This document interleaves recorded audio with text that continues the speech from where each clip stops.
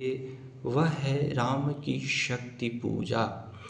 यह कविता हिंदी के प्रसिद्ध कवि सूर्यकांत त्रिपाठी निराला द्वारा लिखी गई है। शुरू की कुछ पंक्तियाँ देखिए।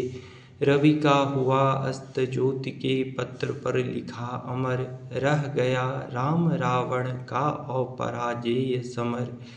आज का तीक्ष्ण शर विद्र क्षिप्र कर वेग प्रखर, सतशैल संवरणशील नील नभ गर्जित स्वर।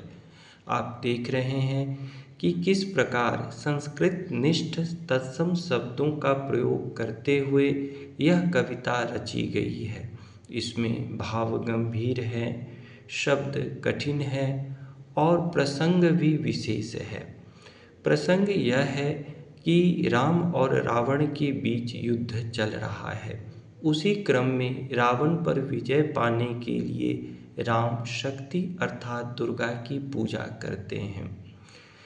पूजा का एक प्रसंग बड़ा करुण है कि भगवान राम दुर्गा माँ को कमल के पुष्प चढ़ा रहे हैं, लाल कमल के फूल चढ़ाते जा रहे हैं। माता की इच्छा है कि राम की परीक्षा ली जाए।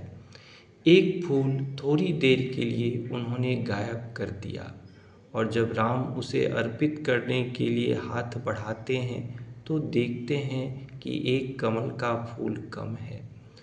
वह सोच में पड़ जाते हैं कि पूजा अपूर्ण रह गई, अब सीता का किस प्रकार उद्धार होगा। तो उसी समय में भक्ति की पराकाष्ठा जगती है। वह सोचते हैं कि बचपन में सभी मुझे राजीव नयन कहते थे। राजीव नयन मतलब कमल के समान आँखों वाले।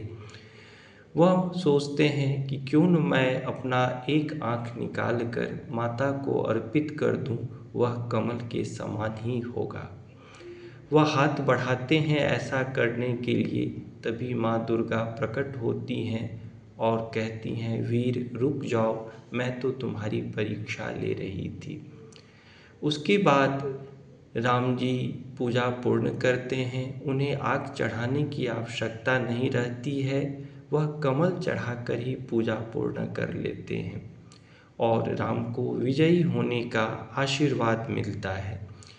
यह कविता कठिन अवश्य है, पर हिंदी साहित्य के लिए एक धरोहर के समान है।